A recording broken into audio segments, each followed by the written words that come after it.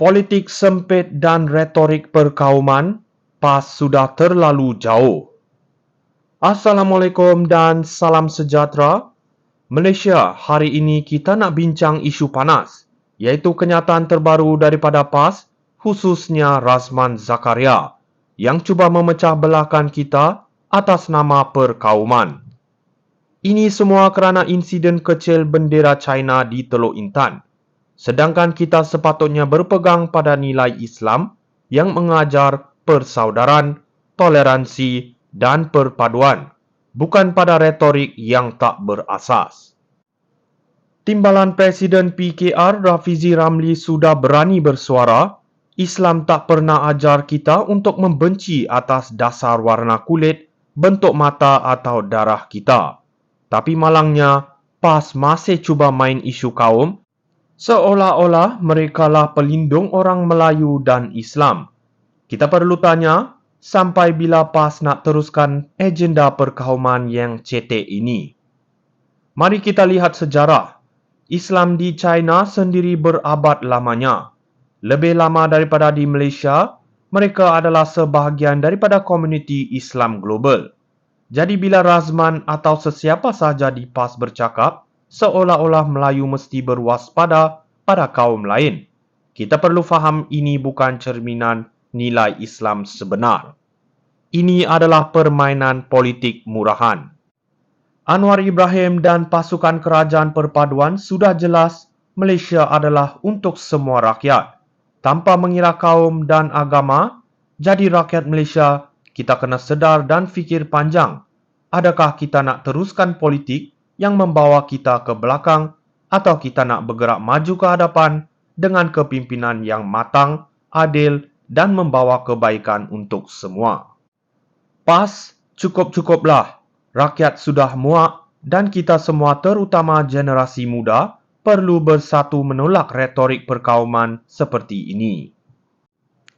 Politik sempit dan retorik perkauman, PAS sudah terlalu jauh. Assalamualaikum dan salam sejahtera. Malaysia, hari ini kita nak bincang isu panas, iaitu kenyataan terbaru daripada PAS, khususnya Razman Zakaria, yang cuba memecah belahkan kita atas nama perkauman. Ini semua kerana insiden kecil bendera China di Teluk Intan.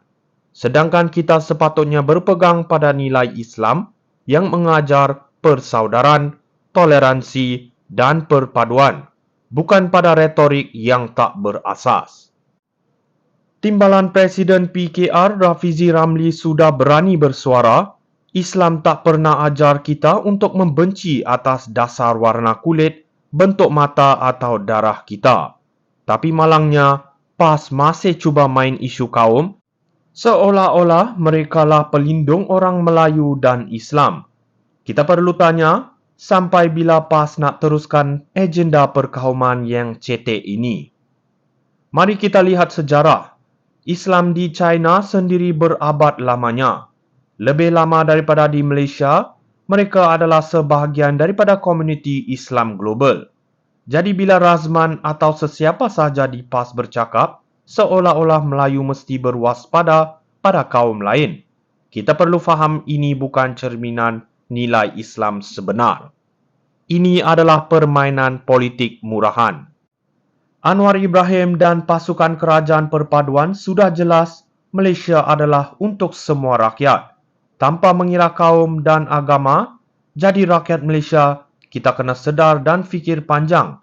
Adakah kita nak teruskan politik yang membawa kita ke belakang atau kita nak bergerak maju ke hadapan dengan kepimpinan yang matang, adil dan membawa kebaikan untuk semua? PAS, cukup-cukuplah. Rakyat sudah muak dan kita semua terutama generasi muda perlu bersatu menolak retorik perkauman seperti ini. Politik sempit dan retorik perkauman, PAS sudah terlalu jauh. Assalamualaikum dan salam sejahtera. Malaysia, hari ini kita nak bincang isu panas, iaitu kenyataan terbaru daripada PAS, khususnya Razman Zakaria, yang cuba memecah belahkan kita atas nama perkauman. Ini semua kerana insiden kecil bendera China di Teluk Intan. Sedangkan kita sepatutnya berpegang pada nilai Islam yang mengajar persaudaraan, toleransi dan perpaduan, bukan pada retorik yang tak berasas.